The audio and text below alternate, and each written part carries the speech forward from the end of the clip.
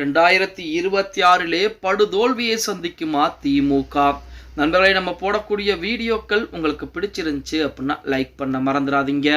தமிழகத்தை பொறுத்த வரைக்கும் ஆளும் கட்சியாக இருக்கக்கூடிய திமுக தற்போது அதனுடைய செல்வாக்குகள் என்பது தலைநகர் சென்னையிலே குறைந்து கொண்டிருக்கிறது அப்படின்னே கூட என்ன காரணம் அப்படின்னா, தூய்மை பணியாளர்கள் கிட்டத்தட்ட 11 நாட்களாக பாத்தீங்கன்னா போராட்டம் என்பது நடத்திக்கிட்டு இருக்காங்க. அந்த போராட்டம் இதுவரைக்கும் முடிவுகள் என்பது வரல.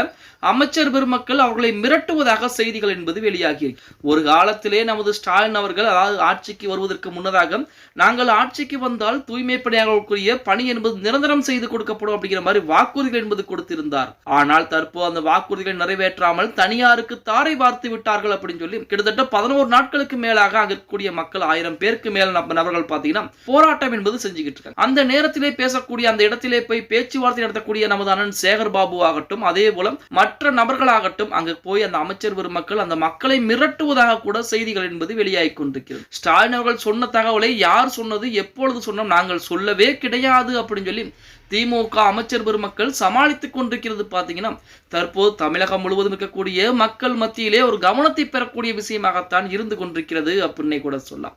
இப்படிப்பட்ட ஒரு சூழ்நிலையில் நமது திமுகவிற்கு வருகின்ற நாட்களில், அதாவது தினம் தினம் நடக்கக்கூடிய பிரச்சனை, இந்த மாதிரி போராட்டங்கள் இன்னும் 8 மாத காலம் தான் இருக்கிறது தேர்தல் வருவதற்கு. 8-9 மாத காலம் தான் இருக்கிறது. அந்த நேரத்தில் இந்த மாதிரி பிரச்சனைகள் பூராமே திமுகவிற்கு எதிரான ஒரு போக்கை தான் கொண்டு வரப்போகிறது. தனியார் முக்கியமா அல்லது தமிழக மக்கள் முக்கியமா அப்படிங்கிற கேள்விதான் அங்க இருக்கக்கூடிய தூய்மை பணியாளர்கள் மக்கள் மத்தியிலே மிக முக்கியமானதாக பார்க்கப்பட்டு கொண்டிருக்கிறது அப்படின்னே கூட சொல்லலாம். பொறுத்திருந்து பார்க்கலாம். ஓகே கைஸ், வீடியோ பிடிச்சிருந்தா மறக்காம லைக் பண்ணிருங்க.